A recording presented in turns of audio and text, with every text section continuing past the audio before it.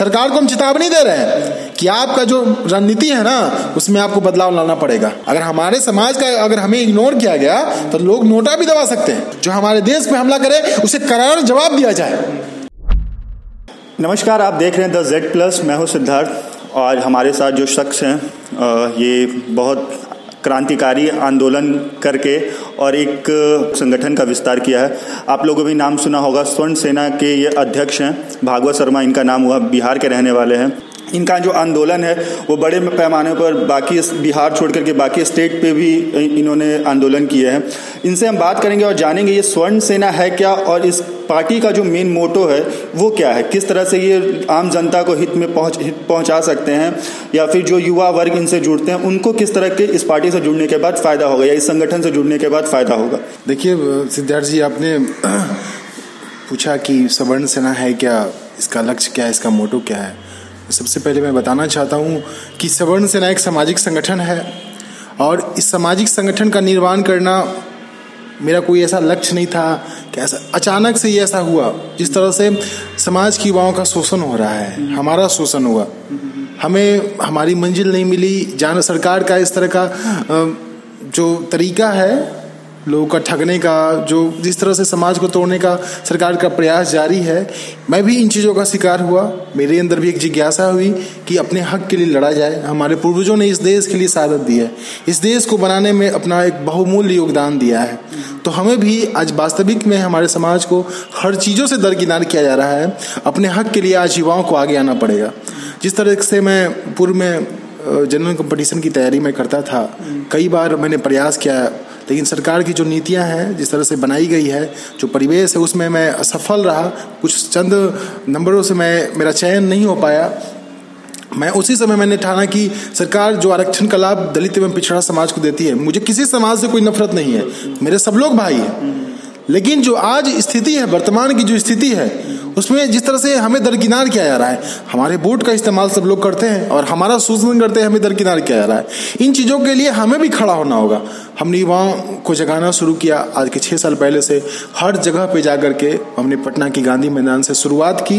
हमने बताया कि जब सरकार दलित एवं पिछड़ा समाज को आरक्षण का लाभ दे सकती है, जब पिछड़ा समाज के लोग, लालू प्रसाद यादव जैसे लोग, उपेंद्र कुशवाहा जैसे लोग, दलित समाज में चिराग पासवान जैसे लोग, रामविलास पासवान जैसे लोग आरक्षण का लाभ ले सकते हैं, मायावती जैसे लोग आरक्षण का लाभ ले सकते हैं, मुलायम सिंह यादव जैसे लोग आरक्षण का लाभ ले सकते हैं, और बहुत सारे उदित राज जैसे लोग जब आरक्षण का लाभ ले सकते हैं, चिराग पासवान आरक्षित पार्टी से जो कि 30,000-35,000 करोड़ का मालिक है, वो आरक्षित सीट से जब चुनाव लड़ते हैं, जीतन राम मांझी जी आरक्षित सीट से चुनाव लड़ते हैं, तो हमें भी अपने हक के लिए आगे आना चाहिए। आप गौर कीजिएगा कि उदय नारायण चौधरी जी जो कि कई बार विधायक रह चुके हैं, वो लोग दलित आज कहला रहे हैं। जो वास्तविक में दलित है उनकी बात ही कहीं नहीं आ रही है।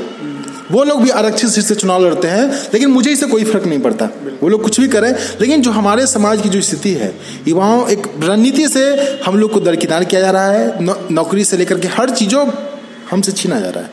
नौकरी अगर वैकेंसी भी कहीं आती तो बड़े पैमाने में घोटाला किया जा रहा है। एक प्लान में सवर्णों को दरकिनार किया जा रहा है। कोई भी वैकेंसी आता है तो इस चीज़ के लिए हमने एक प्रयास किया। हमने सोचा कि अगर एक रणनीति से हम लोग लड़ाई लड़ें तो सफलता हमें मिल सकती है। आज बाकी में सवर्ण समाज निचले तबके पे जा रहा है। आज सवर्ण समाज को भी आरक्षण की आवश्यकता है। कुछ लोग राजपूत संगठन चला रहे हैं तो कुछ लोग भूमिहार संगठन चला रहे हैं, कुछ लोग ब्राह्मण संगठन चलाने में व्यस्त हैं तो कुछ लोग भूमिहार आंदोलन करने में व्यस्त हैं। लेकिन मैंने सोचा कि जब तक एक रणनीति से हम लोग नहीं लड़ेंगे ना, पूरा का पूरा सवर्ण समाज यूनाइट नहीं होगा ना। मेरे जाति की कोई भावना नहीं है, हम लोग सभी जाति से प्यार करते हैं, सभी को सम्मान करते हैं। तो इस चीज़ों के लिए हमने रणनीति बनाई, युवाओं का साथ मिला, हम लोग बड़े आंदोलन खड़े करने में कामयाब हुए। और आगे भी जो सरकार 10% आरक्षण दी है, इसमें बहुत सारी खामियां हैं और इसके लिए हम लोग आगे प्रयास करेंगे, लड़ेंगे। तो ये जो आपकी पार्टी की जो स्थापना हुई थी वो कब हुई थी? और ये पार्टी करीब 2015 जनवरी में हमने सोचा था। पार्टी बनाने का कोई लक्ष्य नहीं था उस समय, जानकारी का अभाव था, अनुभव की कमी थी। उस समय बस एक ही था कि सरकार से लड़ना है, जो सरकार की नीति है उसमें बदलाव लाना है। इसके लिए चाहे जितना भी लाठी खाना पड़े, इसके लिए चाहे मेरी मृत्यु क्यों ना हो जाए, कुर्बान क्यों ना होना पड़े, लेकिन इसके लिए लड़ना है। एकदम जोश बहुत ज़्यादा था और अभी भी जोश मेरे अंदर वो है। और अब तो खैर जोश और मेरे अंदर 4 गुना 5 गुना बढ़ गई है, क्योंकि हम लोग जिस लड़ाई को ठाने थे उसमें हमारी जीत हासिल हुई। शुरू से हम लोगों ने काम किया पूरे सवर्ण समाज के। जब युवाओं के बीच जब हम गए, पटना से शुरू की, तो जब ट्रेन से कहीं जाते तो जेब में पैसे नहीं होते थे, घर से छुप छुप करके जाकर के मीटिंग करते थे। क्योंकि मैं बहुत ही निम्न वर्गीय परिवार से मैं आता हूँ, मेरे पिताजी पेशे से शिक्षक हैं, हमारे यहाँ सब लोग घर में एजुकेशन से जुड़े हुए हैं, और हम लोग चुपचाप जाकर के मीटिंग करते थे। घर से बहुत डांट सुनने को मिलता था कि पटना में रह के तैयारी करते हो, क्या कर रहे हो। और कभी कभी रात में जब आंदोलन करके आता था तो बहुत ज़्यादा इरिटेट हो जाता था, घर से डांट भी सुनने को मिलता था। तो कभी कभी लगता था कि या तो आत्महत्या कर लूँ या कुछ भी कर लूँ। लेकिन कभी कभी ऐसा लगता था कि इतना सारे युवाओं का साथ में मिल रहा है, कुछ ना कुछ बदलाव तो हो जाएगा। कुछ लोग कहते थे कि जब नेतागिरी करने आया है, पार्टी से जुड़ जाओ, समाज का नाम क्यों ले रहे हो।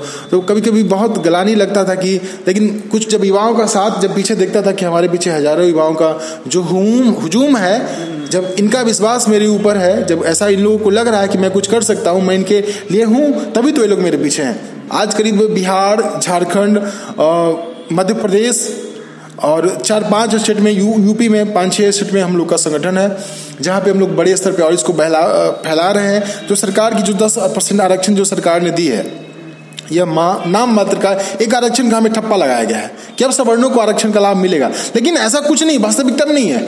ना तो ये जो 10% आरक्षण मिला है, ना इसमें उम्र सीमा में छूट दी गई, जो एज रिलैक्सेशन का जो मामला है। मैं थोड़ा विस्तार से इसमें मैं बताना चाहूँगा कि सरकार जिस तरीके से दलित एवं पिछड़ा समाज को, अगर बीपीएससी की वो तैयारी करता है तो हमारे समाज के लोग का एक उम्र सीमा निर्धारित की गई है। अटेम्प्ट भी हमें कम दिया गया है। दलित समाज के जो लोग हैं उन्हें अटेम्प्ट अनलिमिटेड दिया गया है, अनलिमिटेड अटेम्प्ट है, उम्र सीमा उसके लिए कोई मायने नहीं रहता। जो पिछड़ा समाज के लोग हैं उनके लिए भी अटेम्प्ट ज़्यादा है और उम्र सीमा में भी अधिक छूट दी गई है। तो ये इसमें हमें बदलाव चाहिए। हमारे जो गरीब समाज के लोग हैं, जो गरीब सवर्ण में जो गरीब हैं, उन्हें भी इन चीज़ों का लाभ मिलना चाहिए। जो अधिकांश जनरल कंपटीशन की जो तैयारी करते हैं ना, उसमें भी उम्र सीमा में छूट नहीं दी गई है। सरकार बीपीएससी और यूपीएससी दलित एवं पिछड़ा समाज के व्यक्तियों को पीटी पास करने में 1,50,000 की छात्रवृत्ति मुहैया कराती है। वो हमारे सवर्ण समाज के छात्रों को नहीं दिया जा रहा है। आप अगर 10% जो आरक्षण दिए हैं, आपने EWS का जो निर्माण किया, इकोनॉमिकली वीकर सेक्शन का, उसमें हमें भी डाले, और जो हमें डाला गया है तो इन चीज़ों का लाभ हमें भी मिलना चाहिए। आप सिर्फ आरक्षण का ठपका लगा करके जो पूरे सवर्ण समाज का वोट लेने के लिए उतावला है, तो ऐसा नहीं होगा। आप हमारे समाज को बरगला नहीं सकते। यहाँ पे हम लोग भी पढ़े लिखे नौजवान हैं। आप जो 10% के दे करके जो सोचे सारा लोकसभा का वोट ले, हम समाज के बीच में जाएंगे, बताएंगे कैसे हमें इन चीज़ों से वंचित रखा जा रहा है। आप देखिए कि सरकार बीएड करने पे 35 से 40 हज़ार की छात्रवृत्ति दलित एवं पिछड़ा समाज को मुहैया कराती है, वो सवर्ण समाज को नहीं दिया जाता है। इंजीनियरिंग करने में, पॉलिटेक्निक करने में अच्छी खासी छात्रवृत्ति लोगों को मिलती है। हमारे समाज में भी गरीब हैं, हम उनकी बात कर रहे हैं, हम अमीरों की बात नहीं कर रहे हैं। लेकिन आप इसके लिए भी हमें भी तो दें। आप हमारे जो गरीब परिवार में जो गांव में रहते हैं, जिनके पास 2 बीघा से भी कम जमीन है, जाके देखिए कैसे वो परिवार निर्वहन अपना कर रहा है। आपने जो ठप्पा लगा दिया है, जो आपकी विद्यालय का जो निर्माण किया गया है, हमारे पूर्वजों ने अपना जमीन देकर के उस जगह पे विद्यालय का निर्माण कराया, ताकि हर वर्ग के लोग, हर धर्म के लोग इसमें पढ़ाई करें। कहीं ऐसा तो नहीं कि उसमें सवर्ण समाज का सिर्फ लोग पढ़ रहा है। हमारे पूर्वजों ने मेडिकल कॉलेज का निर्माण कराया, अस्पताल का निर्माण कराया। उस मेडिकल कॉलेज में हर तबका का लोग पढ़ता है, उस अस्पताल में हर तबका के लोग का इलाज होता है। ऐसा नहीं है कि उसमें सिर्फ कहीं खास सवर्ण जाति का लोग का होता है। हमारे पूर्वजों ने आज़ादी से लेकर के जितना कुर्बानी आज़ादी में दी है, उतना देश के निर्माण में बढ़ चढ़ के योगदान दिया है। लेकिन आज की जो वर्तमान सरकार है, चाहे वो पूर्व में लालू यादव की सरकार थी या वर्तमान में जो नीतीश की सरकार है, भाजपा की सरकार है, ये प्योर हमारे समाज का जो 35 से 36% जो वोट है, उसका इस्तेमाल करके ये सत्ता में आते हैं। और लेकिन हमारा ही वोट लेकर के हमें दरकिनार करने का प्रयास कर रहे हैं। इसके लिए तो हम तो लड़ेंगे ना। बहुत सारे जो लोग हैं वो अलग अलग पार्टी, अलग अलग संगठन बना के एक जात का नेता बन जाते हैं। जैसे आपकी जो पार्टी है, ये स्वर्ण की पार्टी, पूरी तरह से स्वर्ण की पार्टी है। कुछ लोग यादव का मुखिया अपने आप को बताते हैं, कुछ भूमिहार का मुखिया बताते हैं, कुछ राजपूत का। तो क्या आपको नहीं लगता कि हम लोग को या इस एज को जो लोग हैं, उनको इन सब चीज़ों से ऊपर उठ करके विकास की बात करनी चाहिए, और विकास का उनका जो मेन मुद्दा हो, विकास और शिक्षा हो? देखिए सिद्धार्थ जी, हम और आप युवा हैं, और जो युवाओं का सोच होता है ना, चाहे वो किसी भी वर्ग का हो, दलित वर्ग का युवा हो, पिछड़ा वर्ग का युवा हो, या सवर्ण वर्ग का युवा हो, या मुस्लिम समुदाय का युवा हो, क्रिश्चियन समुदाय, कोई भी युवा होता है, उसका जो सोच है ना, वो हाई लेवल का सोच है आज के ज़माने का। 1-2 का छोड़ की बात करें तो हर युवा का जो सोच है सर, आज के जो लोग, किसका छोड़ के 1-2 लोग जो समाज में अगर 100% अगर लोग हों, उसमें 1-8% लोग नकारात्मक सोच के होते हैं, बाकी अधिकांश लोग सकारात्मक सोच के होते हैं। अगर मैं बात करूँ युवाओं को, सर आज के समय में ना नौकरी चाहिए, उसे नौकरी चाहिए और वो सुकून की ज़िंदगी जीना चाहता है। वो जाति की रैली में नहीं अपने आप को दरकिनार रखना चाहता है कि मैं जातियों में अपने आप को नहीं बांटना चाहता है। लेकिन जो आज की सरकार है ना, जिस तरह से आरक्षण का जो प्रणाली सरकार ने बनाई है कि ये सवर्ण हो गए थे, ये दलित हो गए थे, पिछड़ा हो गए, ये जाति में बांट के एकदम प्योर युवाओं को लड़ाने का काम किया है। युवा जो हैं वो सुकून की ज़िंदगी जीना चाहते हैं और जाति में कभी भी बंटना नहीं चाहते हैं। हम लोग का जो सोच है, हम ये कभी नहीं देखते भले ही हम एक जाति को रिप्रेजेंट कर रहे हैं, एक आंदोलन को, क्योंकि वो मेरी मजबूरी थी अपने हक की लड़ना। आज बिहार में जितने भी विधायक हैं, सांसद, लोकसभा में बैठे हुए हमारे समाज के लोग, हमारे हक के लिए उन्होंने कभी आवाज़ नहीं उठाया। आज हम लोगों ने आंदोलन को आगे बढ़ाया तभी हमारा हक मिला है। इसका क्रेडिट उन नेताओं को नहीं आता है। इस सरकार ने जो आरक्षण जो दिया है वो मजबूरी में दिया है, क्योंकि मध्य प्रदेश, छत्तीसगढ़, राजस्थान में हमारे सवर्ण समाज के लोगों ने उन्हें हराया, उन्हें अपनी ताकत को दिखाया, तब हमें वो हमारा हक मिला है। और बिहार में भी वही होता। बिहार में और झारखंड, उत्तर प्रदेश में सरकार को करारी मात हम लोग देने की पूरी तैयारी में थे। सरकार को हराएंगे क्योंकि हमने इन्हें वोट दिया है। लेकिन जिस तरीके से ये लोग सिर्फ और सिर्फ दलित समाज और सवर्ण समाज की, पिछड़ा समाज की बात करते हैं और सवर्णों को दरकिनार कर रहे हैं, ये मेरे अंदर था, आग था, मेरे अंदर बहुत डर था हमें कि वोट हमारा भी जाता है। लेकिन ये किसी खास जाति की बात करते हैं जो वर्तमान में नीतीश जी की सरकार है। दलित महादलित सम्मेलन करने में पूरे बिहार में व्यस्त हैं, पूरे बिहार में। लेकिन आज वास्तविकता यही है कि जिस तरह से दलित समाज को शोषण किया गया है, जो वर्तमान की सरकार या पूर्व की जो सरकार है, जिस तरीके से दलितों को दरकिनार किया है, शोषण करने का काम किया है, उन लोगों को समझना चाहिए। हमारे पूर्वजों ने दलित को बसाने का काम किया, दलितों को जमीन दिया है, उन्हें बताया उनके रखवाले हम थे, और एक खास रणनीति से उनके अंदर ये द्वेष फैलाया कि आपका शोषक सवर्ण समाज के लोग हैं, आपका शोषक राजपूत, भूमिहार, कायस्थ, ब्राह्मण है। ऐसा कुछ नहीं है। हम उनके शोषक नहीं बल्कि उनके उद्धारक थे। उनको जब भी ऐसी परेशानियां होती थी, हमारे पूर्वज उनके पीठ पीछे खड़े होते थे, उनको हर तरह की मदद करते थे। लेकिन सरकार ने उस रणनीति से काम किया। बिहार में सैकड़ों नरसंहार हुए, एक जाति विशेष के साथ एक जाति विशेष को लड़वाया गया एक रणनीति से। लेकिन जो वर्तमान की सरकार है, इसमें कुछ सुधार हुआ। लेकिन जिस तरीके से सरकार है, अगर आप बाकी वास्तविकता में अगर विकास चाहते हैं, युवाओं का विकास करना चाहते हैं, उस समाज का विकास करना चाहते हैं, तो एक जाति का नाम लेकर क्यों विकास करना चाहते हैं? आप हर वर्ग के लोगों को आगे बढ़ाइए। आप पूरे बिहार में आप कहते हैं जाति को खत्म करेंगे, जातिवाद को खत्म करेंगे, तो आप दलित समाज को बड़े स्तर पे ये सम्मेलन क्यों करते चल रहे हैं? आप हर वर्ग के युवाओं को जोड़िए ना और पूरे जाति से हटकर एक बड़ा सम्मेलन कीजिए। आप दलित एवं पिछड़ा समाज का सम्मेलन करते हैं तो सवर्ण समाज के आप क्यों दरकिनार कर रहे हैं? मैं सरकार से मेरा ये कहना है कि आपको सवर्ण से क्यों नफरत है? आप हमारा वोट लेते हैं, लेकिन आप हमारा वोट लेकर किसी खास जाति को आप क्यों रिप्रेजेंट कर रहे हैं? आप हर वैकेंसी पे एक रणनीति से उसमें बड़े स्तर पे घोटाला किया जा रहा है। हमारे सवर्ण समाज के छात्रों को दरकिनार किया जा रहा है। बिहार में कुछ दिनों पहले 2017 में वैकेंसी आई थी, 1700 दरोगा की, उसमें से करीब 450 सिर्फ सवर्ण समाज की लड़कियों को, वो महिलाओं को हटा दिया गया है। और खासकर रात मेरिट बनती है और रात में ही लोगों को ज्वाइनिंग भेजा जा रहा है।